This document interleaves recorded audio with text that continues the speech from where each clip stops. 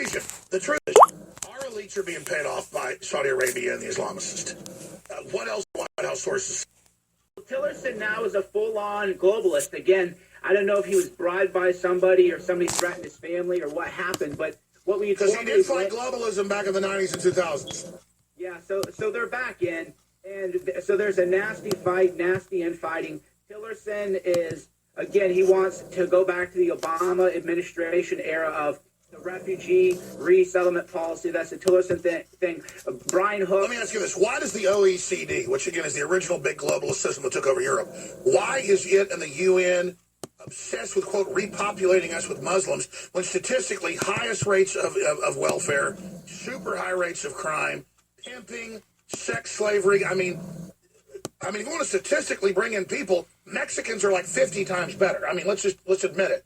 An average Mexican worker ends up paying more taxes, doing more work than the average third-generation American. I don't want to say Americans are lazy like the leftists say, but statistically, living in a lap of luxury makes you lazy. I don't care what color you are. A third-generation Mexican is as lazy as anybody else, as white people. But why would we bring in Brazilians or even Nigerians or people from Asia? Why wouldn't we bring in Chinese if we're going to bring in Muslims? What is going on here? Yeah, and why not bring in South African farmers who are being slaughtered pushed in out of the South land. Africa, right? There's why did we bring in more Ukrainians when they were having that problem in Crimea? It's definitely an anti-Christian thing. There's really no question about it. They don't want to bring in anybody who's Christian. It's the same reason they want to take out Assad. That's it. They want to bring in Muslims because they're not Christian. Exactly. It's a war on Christians. It's not even a color issue. They don't want Christians. You just said it. Yeah. And that's what people have to understand. Once you understand, the same thing from the Middle East. Why don't we take it? Me personally, if we're going to take in refugees or migrants or whatever you want to call them, well, why don't we take in good Christian families? Take Syria. Roughly 20% was Christian. If you do the math, it was like 0.000 something. Out of 3,000 people, they bring in one Christian. Exactly. So that says it all, really. It isn't a color thing, a race thing. It's not a country thing.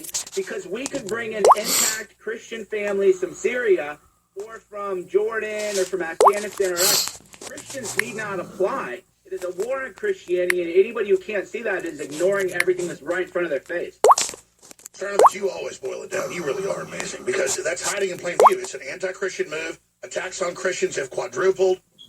Something like 70% of all religious attacks in the world are against Christians.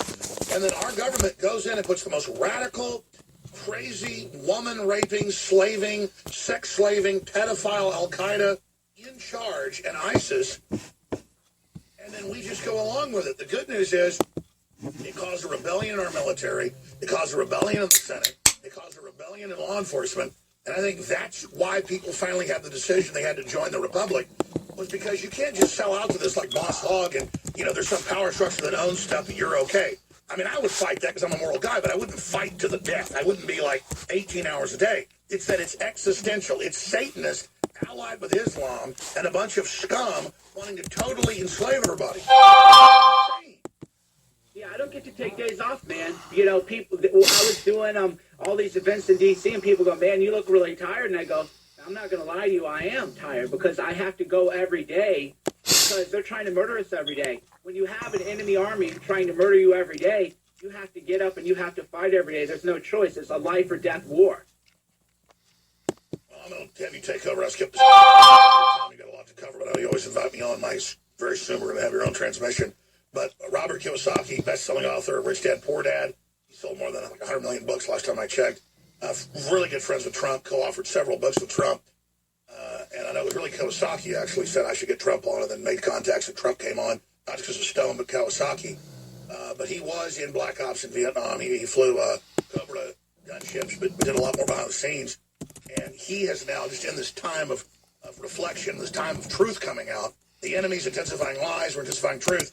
He talked to Millie Weaver, and the great producer and camera man, Gavin. And this is an excerpt of what's going to air on the Nightly News tonight, of where he warns President Trump. And just to make that point, he points out who's really bringing the drugs in. So here's a guy taking a lot of risks to his own life to tell you what he was involved in, Robert Kiyosaki. This is Robert Kiyosaki. Look, InfoWars, InfoWars.com. Billy Weaver reporting for InfoWars.com. We're here in Bozeman, Montana at the Red Pill Expo with a very special person. Now, he was one of the speakers. This is Robert Kiyosaki. So you said you know President Trump, and it seems like you knew him pretty well. What can you tell us about him? Well, first of all, he and I wrote 2 books together. I'm the only other person that shared the cover, and we were supposed to write the 3rd book, except I said, hey, it's time to write the 3rd book. He goes, I'm sorry, I'm running for office. I said, good luck. So I feel for my friend Donald. He's a great man. He has the same disease I have, foot and mouth.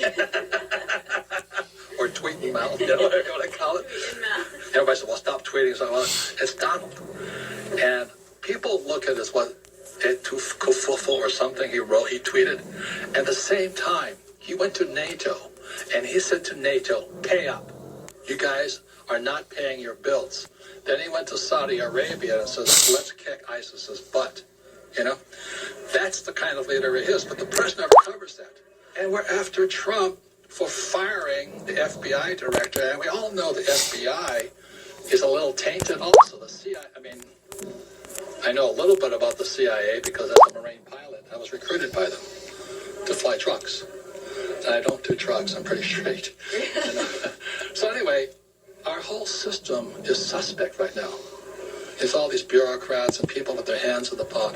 And the question I ask all over the world, it's all over the world, why does a politician go into office poor and leave rich? How does that happen?